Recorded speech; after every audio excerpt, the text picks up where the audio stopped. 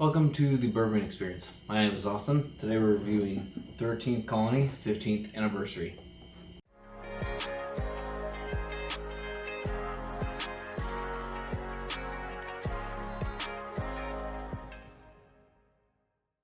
The 13th Colony brand has been under a lot of scrutiny lately regarding whether their product is sourced, whether they have additives, whether they are a straight bourbon, amongst a bunch of other things that have been circulating. You guys have probably already seen it. What I noticed about the label on this is it doesn't say straight anywhere on here. They addressed this issue with, I believe it was Bourbon Junkies, and saying that that was an old TTB issue where they didn't put straight on there before or whatever. But if you go to their website, I believe it says that this is a straight bourbon whiskey now. I also believe that it mentions that it's French oak stave aged or finished, which is not mentioned on the label from what I could see. The label does say, to celebrate our 15th anniversary, our master distiller Graham Arthur selected 25 of his favorite 13th Colony barrels for this single release batch. This straight bourbon whiskey has rich layers of raisin, jam, vanilla, cinnamon, caramel, honey, popcorn butter, and dark fruits in this one-of-a-kind expression from 13th Colony. And it says single release, bourbon whiskey, cask strength. I should mention, 139.2 is the proof on this, so nearly hazmat.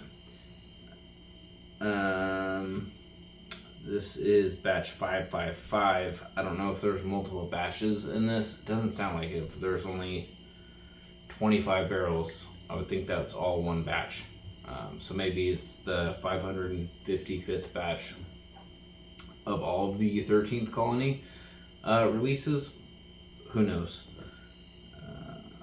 This is bottle number 1926, and basically I tried the 13th Colony Double Oaked batch 1, and I really enjoyed it.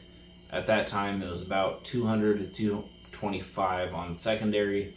Since then it had shot up to $600-700, some crazy amounts.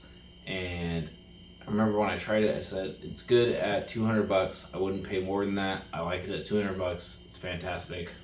It's great. Then the internet blew up about 13th Colony Double Oaked, and people were saying they were sourced when it wasn't. When supposedly 13th Colony was claiming that they weren't a source product. However, it seemed pretty obvious in that they admitted that they were sourcing product. So I don't really pay much attention or care about any of that. The big issue was whether they were adding flavoring additives to darken their product and to give it a different flavor. I don't believe they were doing that. So I don't really buy into the hate or the craziness, and it just kind of is what it is. A lot of really great stuff is sourced from MGP and other Kentucky distilleries, and nobody cares about that, but everyone wants to freak out about the 13th Colony Double Oaked and whether it's sourced or not or whatever. I don't believe there's any additives, so that's the main thing that would cause me to have any kind of gripe or complaint, and I don't believe that's the case. So let's get into this. The 15th year anniversary, like I said, I believe it is a French oak, either finished or aged product, and just rip that.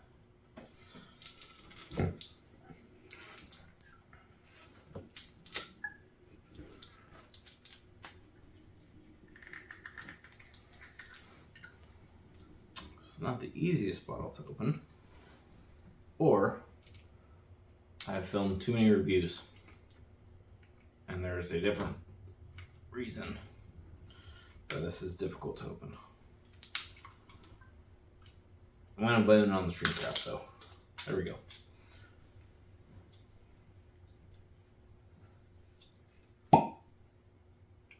Nice cork pop.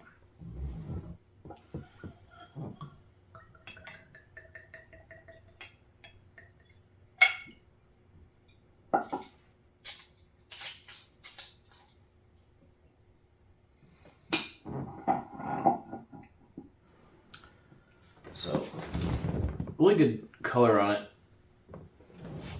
Not as dark as the double oaked, obviously. And that's okay. The double oaked was like motor oil. So this isn't really meant to be a direct comparison to the double oaked, but because of how much clout the double oaked caught, that's going to be the obvious comparison that people are going to want to know about. Well, how does it compare to double oaked? So I've seen a lot of things, a lot of reviews where they talk about this has a more fruit forward note, the more prevalent with the fruit. But on the nose, that certainly is true. It's still dark. It's still... There's still oak. It's still full. It's still rich. But there is a fruit character to it.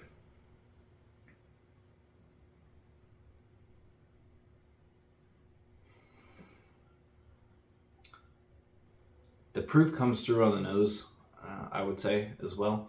Definitely there is a proofiness to it. But then there is a grape-ish, not Buffalo Trace grape, but a little bit of a grape. A cherry, and then like a rye spice kind of goes in there. I almost say cherry, and then rye spice, and then oak. Kind of reminiscent of like a good barrel proof MGP. I often on French oak will get a grape thing, but that's... I'd say that's predominantly with Buffalo Trace. You know, the old Charter French oak is, I mean, that's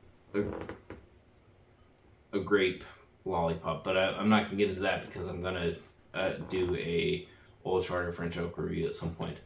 But other French oak reviews, or not reviews, other French oak products from different distilleries kind of do vary pretty drastically.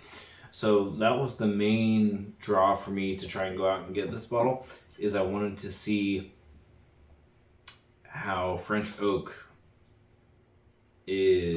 presents itself in this release, rather than a Heaven Hill or some other distillates that have the French oak either finish or just full aging in.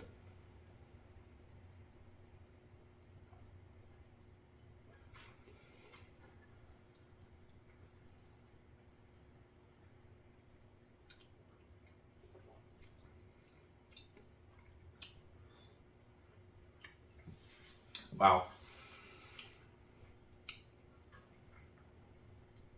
That's really, really, really good. The grape comes through.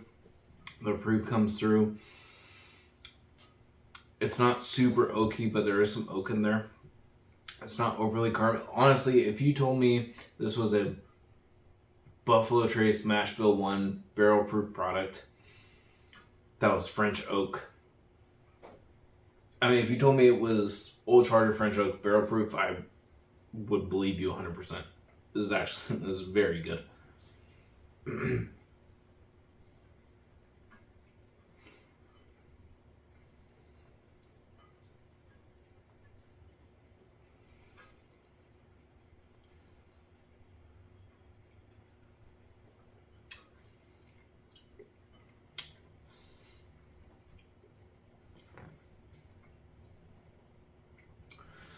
Second taste, it's a little bit more dry. It's a little bit more oak comes through. The fruitiness does fade a little bit. Still very good. But that grapefruit bomb, that cherry bomb, definitely is not as prevalent on that second sip. The drying aspect or characteristic comes through. It's a little bit more dry and it's a little bit more oaky. It is maybe a little more like traditional bourbon, or maybe even like double oaked. Not saying this is double oaked. Not trying to compare it to 13th Colony double oaked, but it definitely is more drying than it was before. I mean, if you still look at the color, like that's still super dark. Give another go here, because the two sips were vastly different from each other. Yeah, the fruit, that grape, that red cherry, or that grape and that cherry on the nose, and the rye spice. I mean, I'm not saying this is really good barrel proof MGP, but this smells like really good barrel proof MGP with some maple syrup on there too.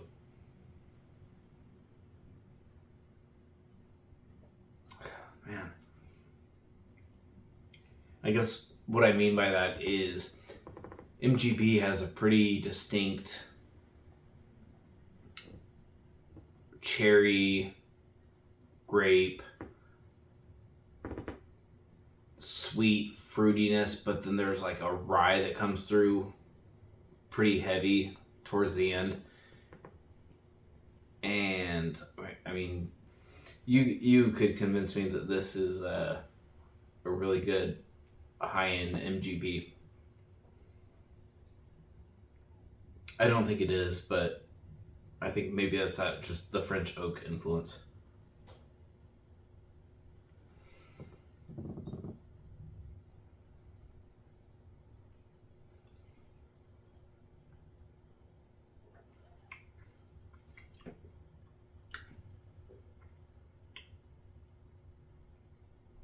Yeah, it goes. So now it goes like maple syrup, oak, drying. There's a hint of that fruit character, a hint of that rye. But the oak is kind of prevalent. I don't think I mentioned it before. I believe this is 8 years and some change. 8 years, almost 9 years. It's listed on their website. And basically the climate in Georgia is so hot, and where they age it, that they can't age any of their barrels for too long, because it's just too hot, and the interaction with the wood, it becomes too dark, too drying, too overly oaked, based on their extreme summers that they get. I mean, that's almost a red hue to it. I don't think there's additives. I do think they're above board. I just think that they're not. I think there are some issues with transitions of leadership in the company, and I think a lot of their problems could be solved if they just said, hey, from this time to this time, these barrels were sourced.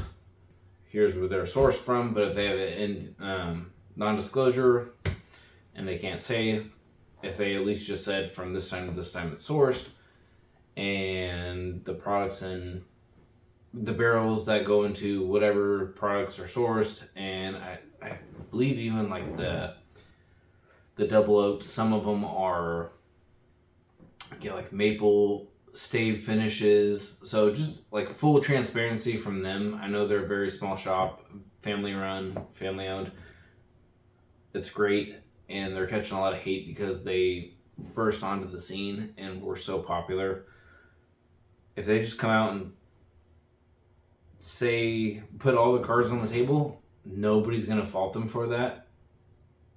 There's not going to be any shortage of buyers for the 15th anniversary or the double oaked, because they say, hey, these were sourced, or we finished it with these barrels, or we did this or that, or whatever. It'll still be there. So that's my only gripe, I guess, is give us full transparency, because you're still going to have buyers, because the product's still very good. I would still purchase them, especially if I can get them at retail, that's for sure.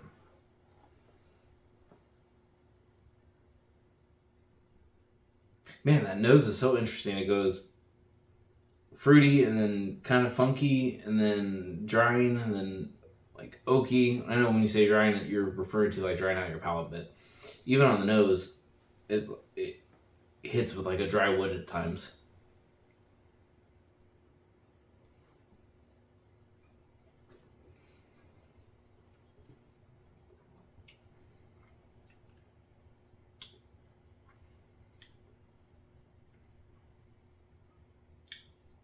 Yeah, that last sip was all grape, cherry, oak, deep, rich.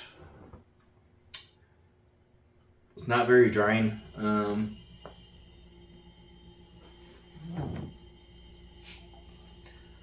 Do one more. I will certainly be sharing this with a lot of people. Get their opinions, but definitely different than what I expected after having the double oaked. I think they are onto something. I just want some transparency. Other than that, fantastic bottle. If purchased at retail, it's a great deal. I paid over retail, full transparency, to acquire a bottle, to try it, and to do a review. I don't regret it necessarily, because I want to try everything that's out there, and it's not a letdown, that's for sure.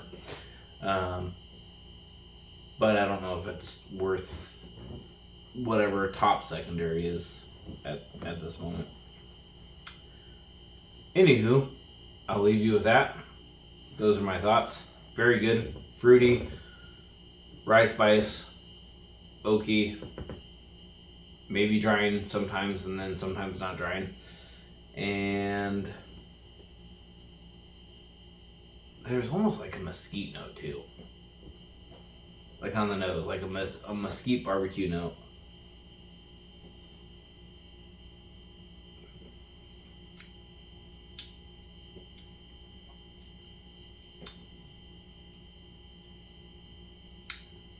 Yeah,